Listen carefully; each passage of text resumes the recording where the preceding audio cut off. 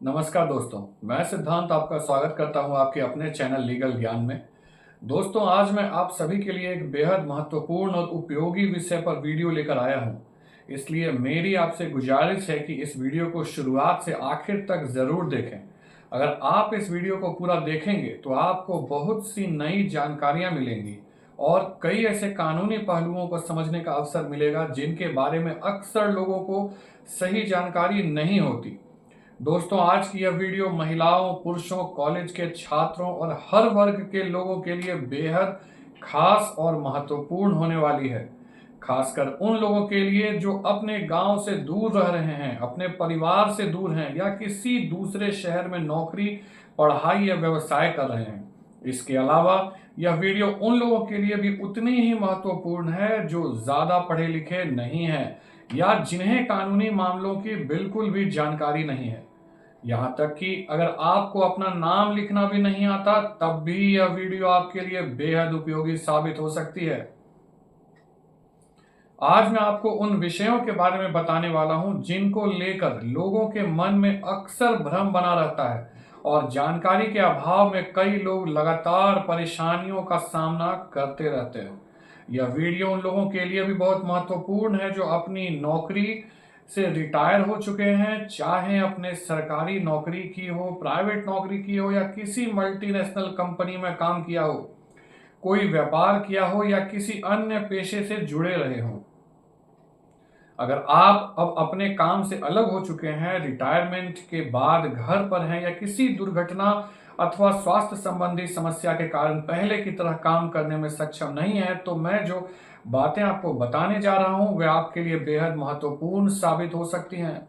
अगर आप अपना व्यापार बंद कर चुके हैं, अपनी नौकरी से सेवानिवृत्त हो चुके हैं या फिर किसी दुर्घटना, बीमारी अथवा अन्य किसी कारण से अब पहले की तरह काम करने में सक्षम नहीं हैं, यानी वर्तमान समय में आप कोई काम नहीं कर पा रहे हैं और घर पर रह रहे हैं, तो मैं आज जो जानकारी आपको देने वाला हूं वह आपके लिए बेहद महत्वपूर्ण साबित हो सकती है। इसके अलावा यह वीडियो उन लोगों के लिए भी बहुत खास है जिनकी कोई संतान नहीं है। अगर आप विवाहित हैं लेकिन आपके बच्चे नहीं हैं, तब भी आपको यह वीडियो अंत तक जरूर देखनी चाहिए, क्योंकि इसमें बताई जाने वाली कई बातें सीधे तौर पर आपके कानूनी अधिकारों से जुड़ी हुई है। दोस्तों, आज की यह वीडियो हर आम नागरिक के जीवन से जुड़ी हुई है। मैं आज आपको जो कानूनी जानकारी देने जा रहा हूं उसका प्रभाव किसी न किसी रूप में आपके जीवन पर अवश्य पड़ सकता है। इसलिए मेरी कोशिश रहेगी कि मैं हर बात को बिल्कुल सरल, सहज और आसान भाषा में आपके सामने रखूं ताकि कोई भी व्यक्ति बिना किसी कठिनाई के इन बातों को समझ सके। दोस्तों, आज की इस वीडियो में सबसे पहले हम सीनियर सिटीजन एक्ट के बारे में विस्तार से चर्चा करेंगे और समझेंगे कि आखिर सीनियर सिटीजन एक्ट क्या है और इसे क्यों बनाया गया। इसके बाद हम एक ऐसे विषय पर बात करेंगे जिसे लेकर अक्सर परिवारों में विवाद देखने को मिलता है, और वह यह है कि माता पिता की संपत्ति में बच्चों का कितना अधिकार होता है। आज मैं आपको इस विषय की पूरी कानूनी सच्चाई बताने की कोशिश करूंगा ताकि आपके मन में यदि कोई भ्रम है तो वह भी दूर हो सके। इसके साथ मैं आपको उन लोगों के कानूनी अधिकारों के बारे में भी बताऊंगा जिनकी कोई संतान नहीं है। ऐसे लोग जिन्होंने पूरी जिंदगी नौकरी की, व्यापार किया, मेहनत करके अपनी संपत्ति और अपना जीवन बनाया, लेकिन उनके बच्चे नहीं हैं। ऐसे व्यक्तियों के क्या अधिकार हैं और कानून उन्हें कौन कौन सी सुरक्षा प्रदान करता है, इस विषय पर भी हम विस्तार से चर्चा करेंगे। इतना ही नहीं, आज मैं आपको वृद्धाश्रम से जुड़ी कुछ बेहद महत्वपूर्ण बातें भी बताने वाला हूं जिनके बारे में हर व्यक्ति को जानकारी होनी चाहिए। इसलिए यह वीडियो वास्तव में बहुत महत्वपूर्ण है और मैं चाहूंगा कि आप इसे पूरा देखें। दोस्तों, आज मैं आपको केवल कानून की किताबों में लिखी हुई बातें नहीं बताने वाला हूं, बल्कि उन वास्तविक घटनाओं और परिस्थितियों के बारे में भी बताऊंगा जिनके कारण लोग आज अदालतों के चक्कर लगा रहे हैं। जो अनुभव लोगों ने अपने जीवन में किए हैं, जिन समस्याओं का सामना वे कर रहे हैं और जिन मामलों को लेकर वे कोर्ट पहुंच रहे हैं, उन्हीं वास्तविक परिस्थितियों के आधार पर मैं आपसे चर्चा करने वाला हूं।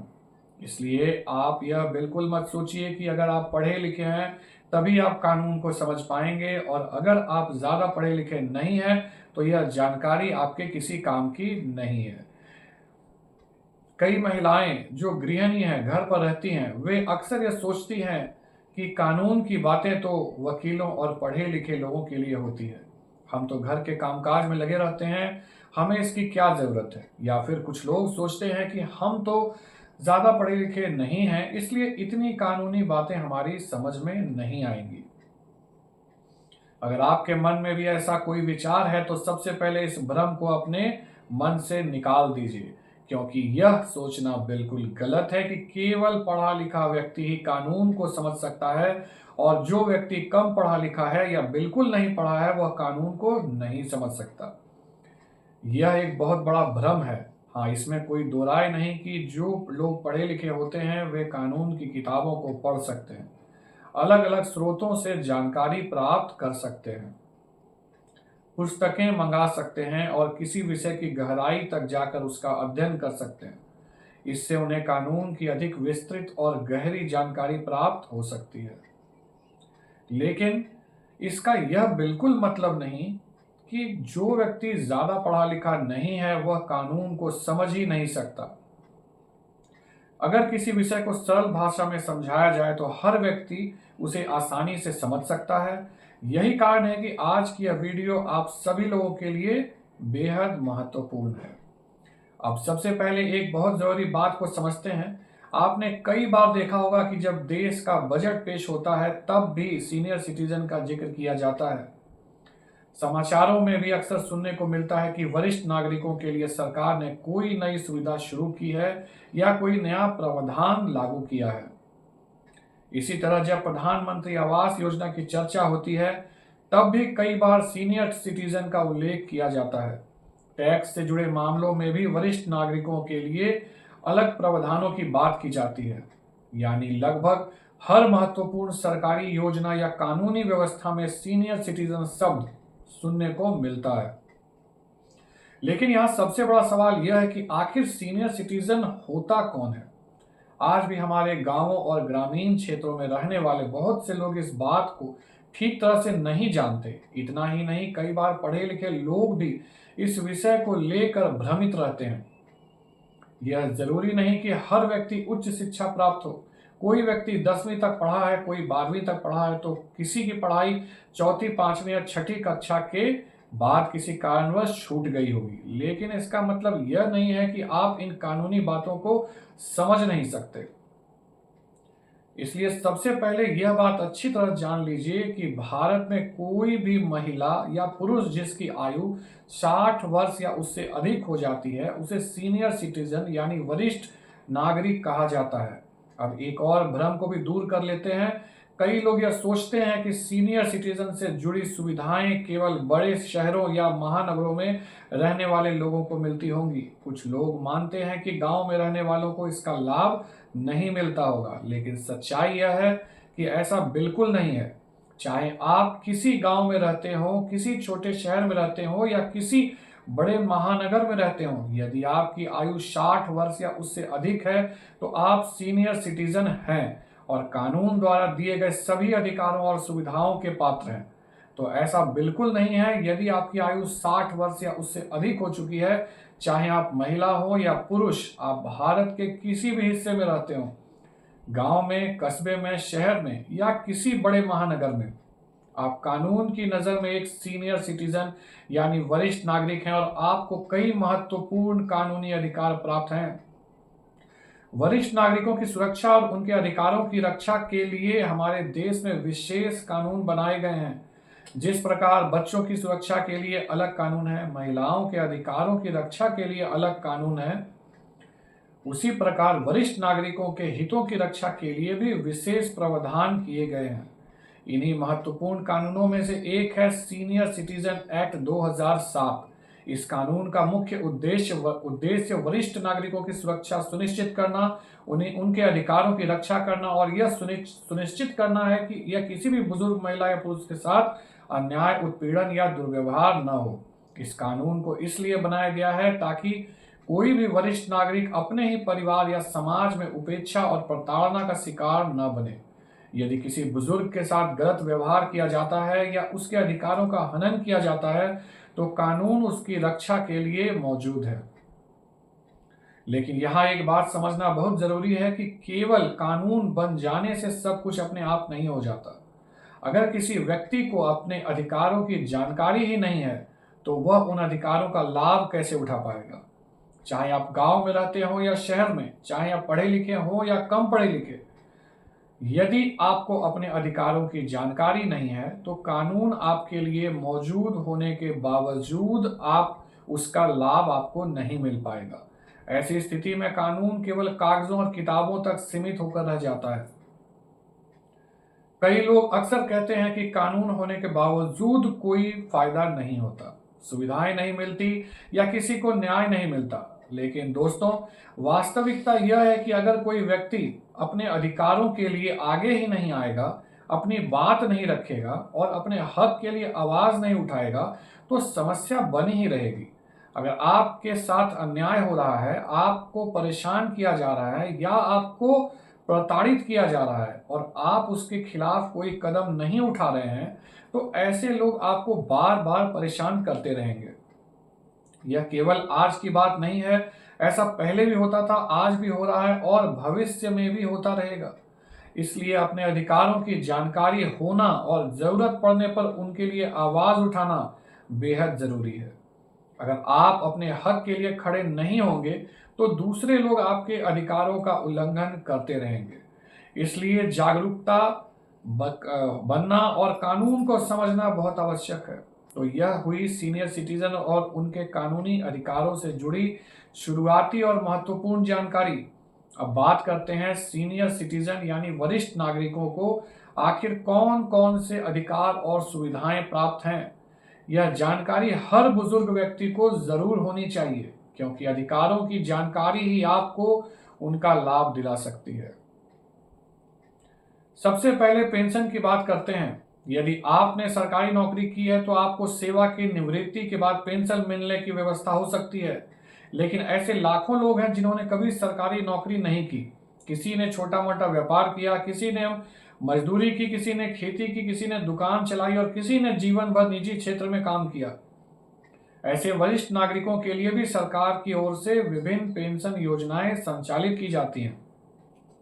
अगर आपकी उम्र 60 वर्ष या उससे अधिक हो चुकी है और आप संबंधित पात्रता शर्तों को पूरा करते हैं तो आप वृद्धावस्था पेंशन का लाभ प्राप्त कर सकते हैं। यदि आपके पास आधार कार्ड, बैंक खाता और आवश्यक दस्तावेज उपलब्ध हैं तो आप इस योजना के लिए आवेदन कर सकते हैं।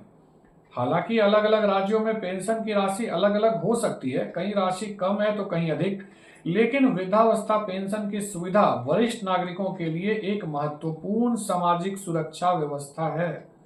इसलिए हर वरिष्ठ नागरिक को इस अधिकार के बारे में जानकारी होनी चाहिए और यदि वह पात्र है तो उसका लाभ अवश्य लेना चाहिए।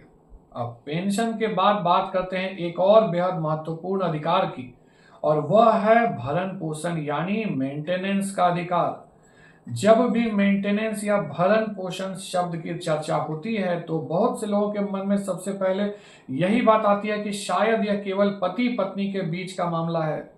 लोगों को लगता है कि केवल पत्नी ही अपने पति से भरण पोषण की मांग कर सकती है और केवल महिलाओं को ही यह अधिकार प्राप्त है। इतना ही नहीं, कई लोगों के मन में यह भ्रम भी होता है कि केवल किसी विशेष धर्म की महिलाओं को ही मेंटेनेंस का अधिकार मिलता है और दूसरे धर्म की महिलाओं को नहीं। लेकिन सच्चाई इससे बिल्कुल अलग है। भरण पोषण का अधिकार केवल किसी एक धर्म, जाति या वर्ग तक सीमित नहीं है। यह कानून द्वारा दिया गया एक महत्वपूर्ण अधिकार है और अलग अलग परिस्थितियों में विभिन्न लोगों को यह अधिकार प्राप्त हो सकता है।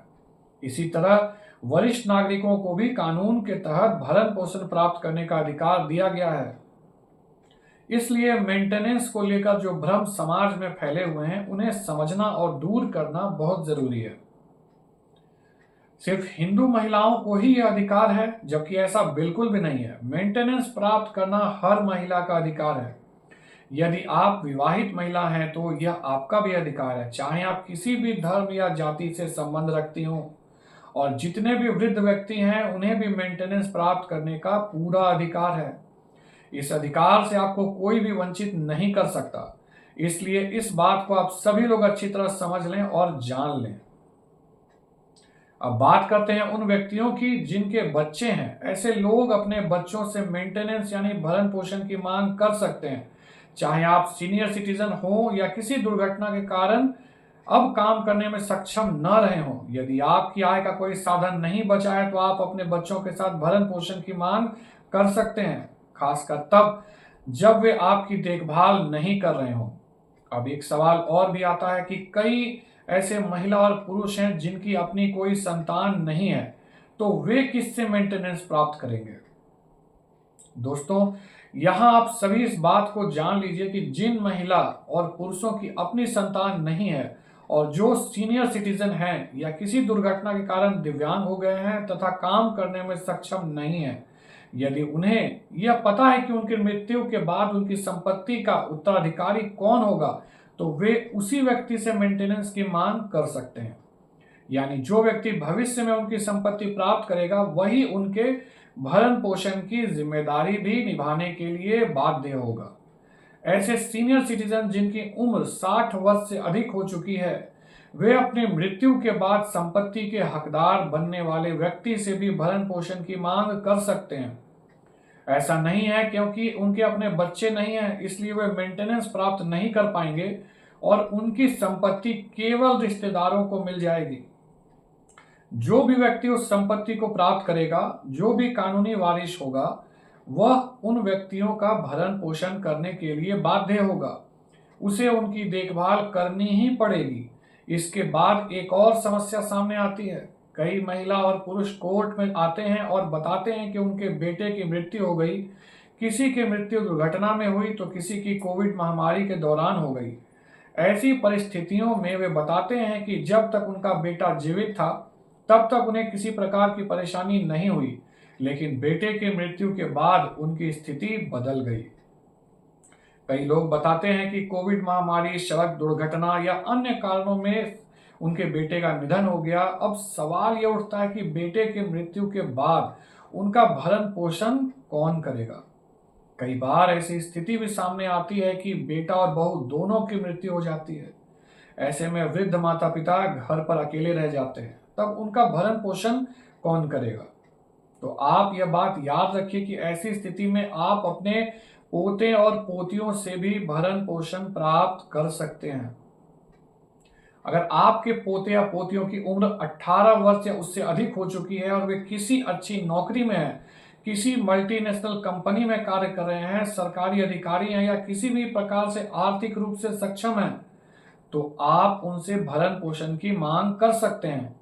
आप उन्हें कानूनी नोटिस भेज सकते हैं और आवश्यकता पड़ने पर सक्षम न्यायालय में जाकर उनके विरुद्ध भरण पोषण का वाद भी दायर कर सकते हैं। इसलिए हर परिस्थिति में ऐसे महिला और पुरुष जिनकी उम्र 60 वर्ष हो चुकी है या जो किसी कारणवश अब काम करने में सक्षम नहीं है, आय अर्जित नहीं कर पा रहे हैं और पैसे कमाने में असमर्थ हैं, वे भरण पोषण प्राप्त करने का अधिकार रखते हैं।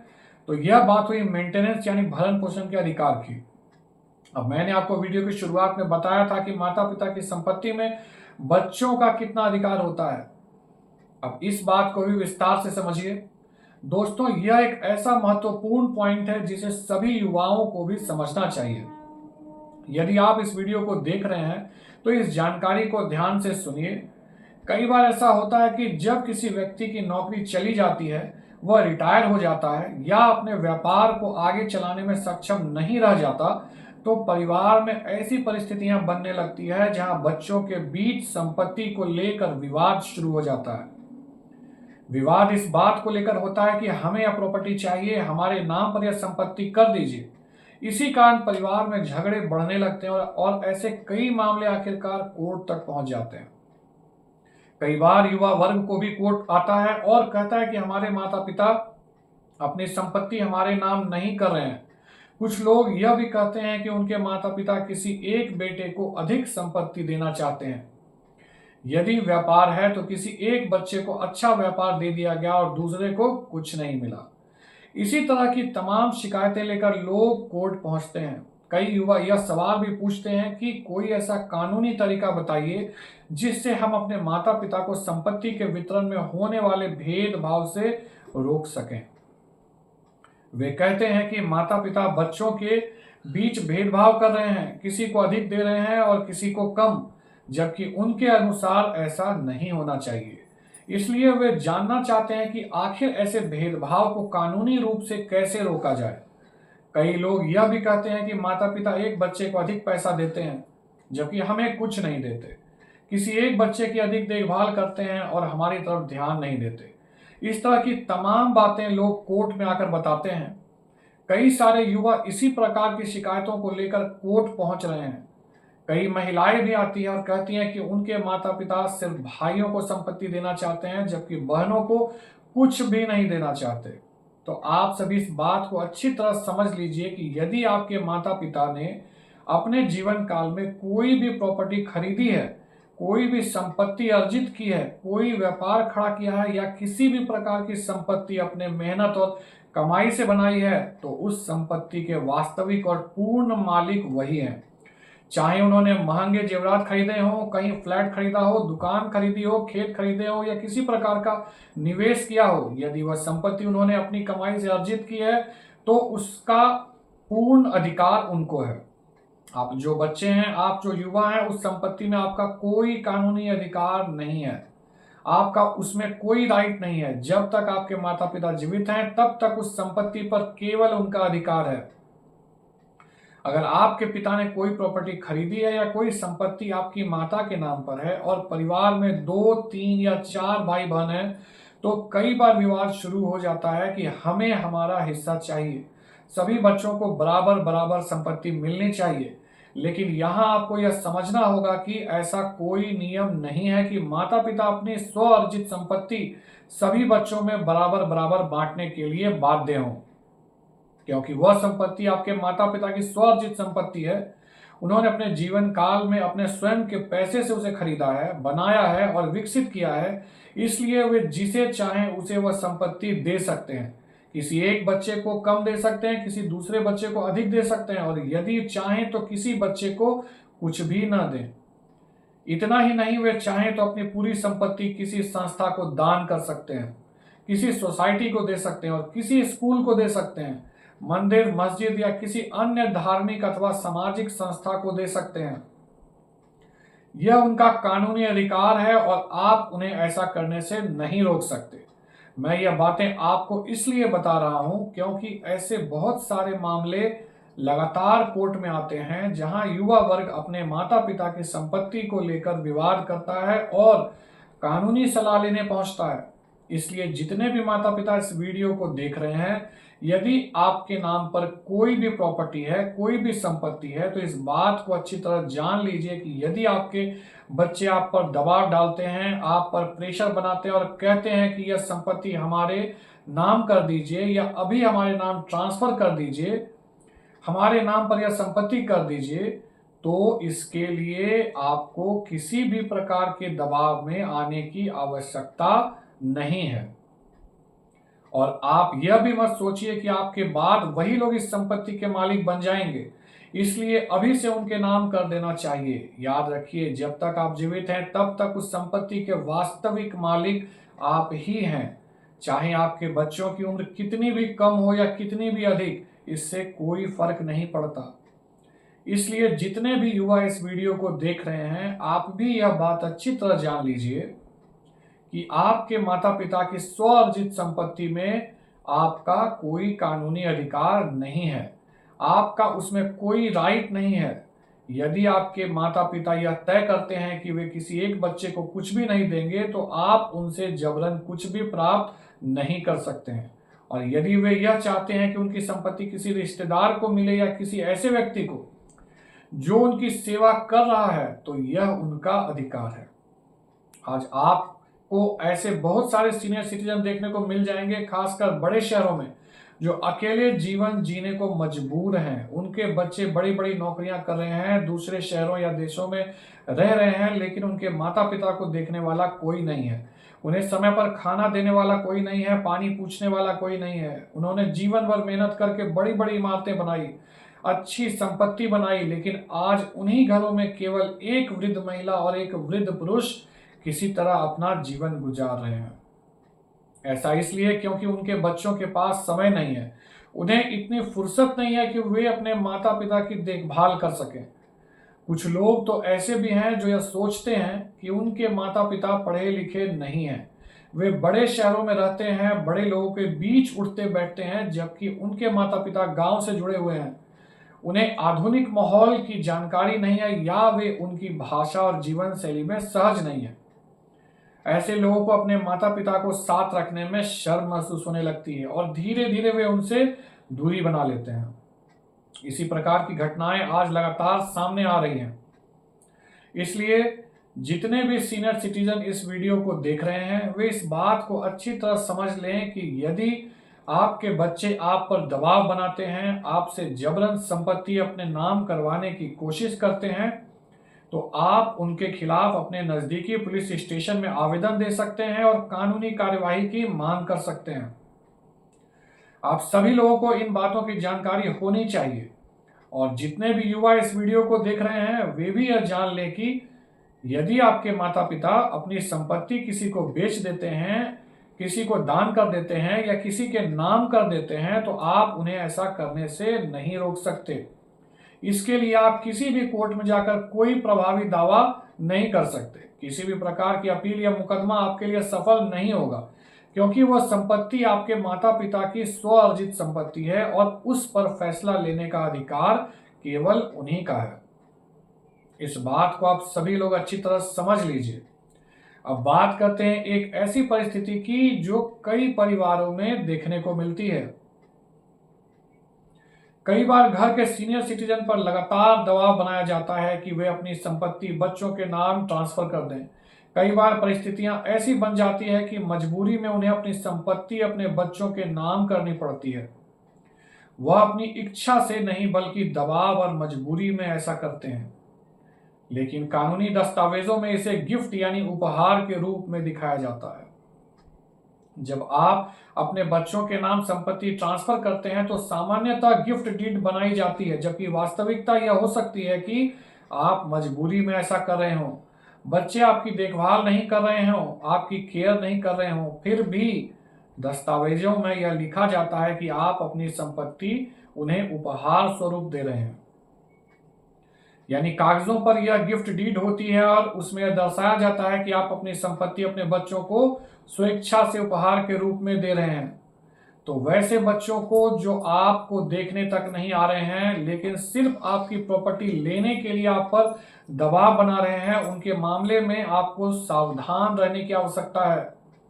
अगर आप गिफ्ट डीड बनवाकर अपनी संपत्ति किसी बच्चे के नाम कर रहे हैं, तो जिस भी एडवोकेट से आप गिफ्ट डीड ड्राफ्ट करवा रहे हो, उनसे एक महत्वपूर्ण शर्त अवश्य लिखवाइए। उस गिफ्ट डीड में यह स्पष्ट रूप से लिखवा दीजिए कि यदि भविष्य में हमारे बच्चे हमारा भरण पोषण ठीक तरीके से नहीं करते हैं, हमारी देखभाल नहीं करते हैं, हमारी आवश्यकताओं का ध्यान नहीं रखते हैं, तो हमें इस गिफ्ट डीड को रद्द करने और संपत्ति को पुनः अपने नाम प्राप्त करने का अधिकार होगा।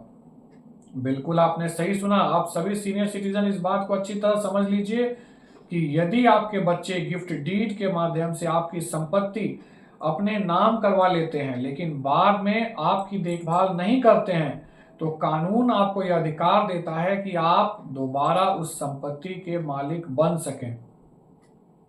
यानी जो गिफ्ट डीड आपने अपने बच्चों के पक्ष में बनाई है, उसे आप निरस्त करवा सकते हैं, रद्द करवा सकते हैं और उचित कानूनी प्रक्रिया के माध्यम से अपनी संपत्ति वापस प्राप्त करने का प्रयास कर सकते हैं।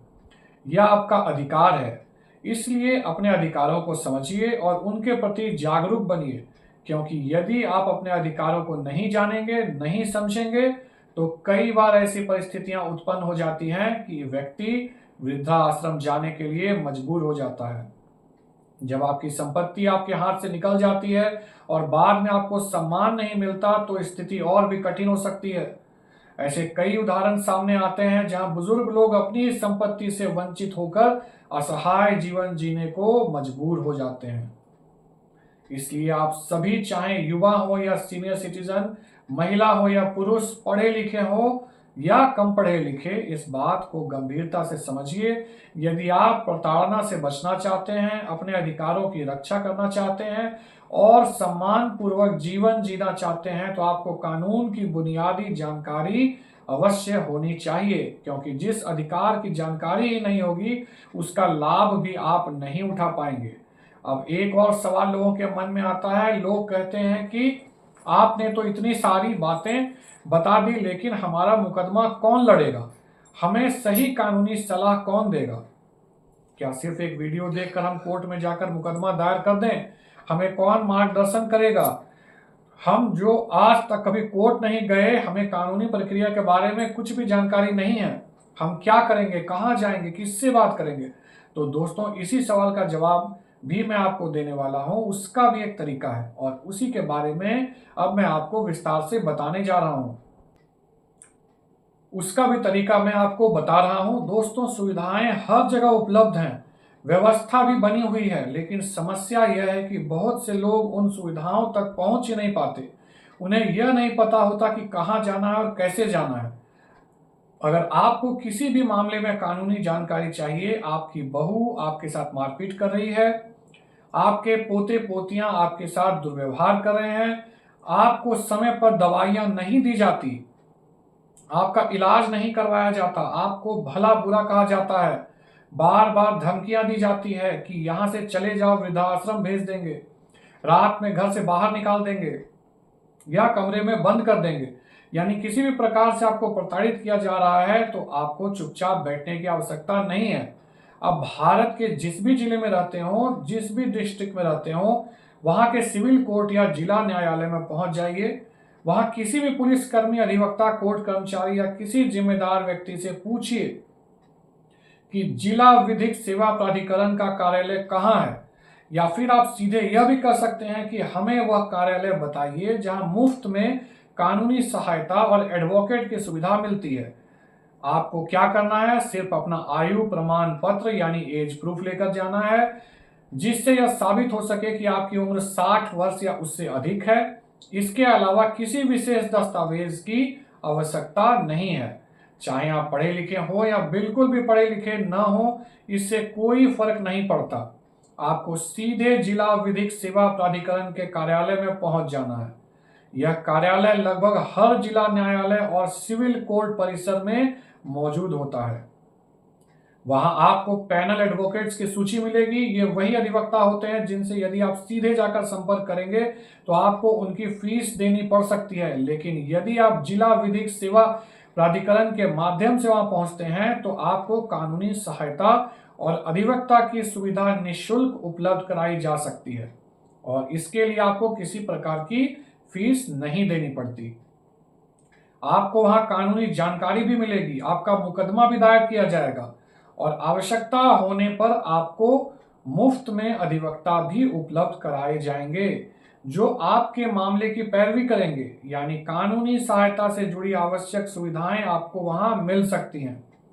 इसलिए आपको वहां जाकर अपनी पूरी समस्या विस्तार से बतानी है। अगर आप पढ़े लिखे हैं तो आपसे आवेदन लिखने के लिए कहा जा सकता है, और यदि आप आवेदन लिखने में सक्षम नहीं हैं, पढ़े लिखे नहीं हैं या किसी कारणवश आवेदन नहीं लिख सकते, तो वहां आपकी सहायता की जाएगी और आपके लिए आवेदन भी तैयार कराया जा सकता है। मैं आपको यह सारी बातें इसलिए बता रहा हूं क्योंकि व्यवहारिक रूप से यह व्यवस्थाएं काम कर रही हैं और देश के अनेक सीनियर सिटीजन इसका लाभ भी उठा रहे हैं। इसलिए आपको भी जागरूक बनना है, अपने अधिकारों को समझना है और उपलब्ध कानूनी सुविधाओं का लाभ उठाना है। ऐसा नहीं होना चाहिए कि बहू ने घर से निकाल दिया, बेटे ने घर से निकाल दिया और आप सीधे वृद्धाश्रम जाकर बैठ जाएं, फिर वहां बैठकर यह कहते रहें कि हमने जीवन भर मेहनत करके बड़ा मकान बनाया, जमीन जायदाद बनाई, लेकिन अब उम्र बढ़ने के बाद हमें ही घर से निकाल दिया गया। कई बार ऐसा देखने को मिलता है कि कोई व्यक्ति महीनों बाद आपसे मिलने आता है, कोई मिठाई दे जाता है, कोई कपड़े दान कर जाता है और आप अपनी पूरी कहानी उन्हें सुनाते रहते हैं कि हमारे पास कभी बड़ी संपत्ति थी, कई एकड़ जमीन थी, लेकिन बेटे बहू ने हमें घर से निकाल दिया। लेकिन सिर्फ लोगों को अपनी पीड़ा सुनाने से समस्या का समाधान नहीं होगा। जहां आपको अपनी बात रखनी चाहिए, जहां शिकायत करनी चाहिए, वहां आप नहीं जा रहे हैं और जिन लोगों के पास समस्या का समाधान नहीं है उनके सामने बार बार अपनी परेशानी बता रहे हैं। इसलिए आप सभी लोगों को इस कानून को समझना चाहिए। जब आप जिला विधिक सेवा प्राधिकरण के कार्यालय में जाएंगे तो वहां आपकी समस्या सुनी जाएगी और आवश्यकता अनुसार आपका मामला भी दर्ज कराया जा सकता है। मान लीजिए कि किसी कारणवश आपकी बहू ने आपके खिलाफ कोई मुकदमा दर्ज करा दिया है या किसी अन्य कानूनी विवाद में आपका नाम आ गया है, तो ऐसी स्थिति में भी आपको उचित कानूनी मार्गदर्शन और सहायता प्राप्त करने का अधिकार है। और इस जजमेंट में जिस विषय पर फैसला दिया गया है वह भी यही है कि माता पिता की स्वयं अर्जित संपत्ति में उनके बच्चों का कोई कानूनी अधिकार नहीं होता। आप इस फैसले को गूगल पर आसानी से सर्च कर सकते हैं। अंगादी चंदना बनाम शंकर 2025 यह सुप्रीम कोर्ट का महत्वपूर्ण निर्णय है। आप इसे डाउनलोड करके पढ़ सकते हैं और इसकी पूरी जानकारी प्राप्त कर सकते हैं। मैं तो यह कहूंगा कि हर सीनियर सिटीजन के पास इस जजमेंट की जानकारी होनी चाहिए। आप इसे खुद भी पढ़िए, अपने रिश्तेदारों को भी बताइए और अपने आसपास रहने वाले लोगों तथा पड़ोसियों को भी इसकी जानकारी जरूर दीजिए ताकि कोई भी व्यक्ति अपने कानूनी अधिकारों से अनजान न रहे। दोस्तों, आज की इस वीडियो में मैंने सीनियर सिटीजन एक्ट, भरण पोषण के अधिकार, माता पिता की संपत्ति से जुड़े कानून, गिफ्ट डीड, वृद्धाश्रम से जुड़ी वास्तविक परिस्थितियां और जिला विधिक सेवा प्राधिकरण द्वारा मिलने वाली निःशुल्क कानूनी सहायता के बारे में विस्तार से जानकारी देने की कोशिश की है।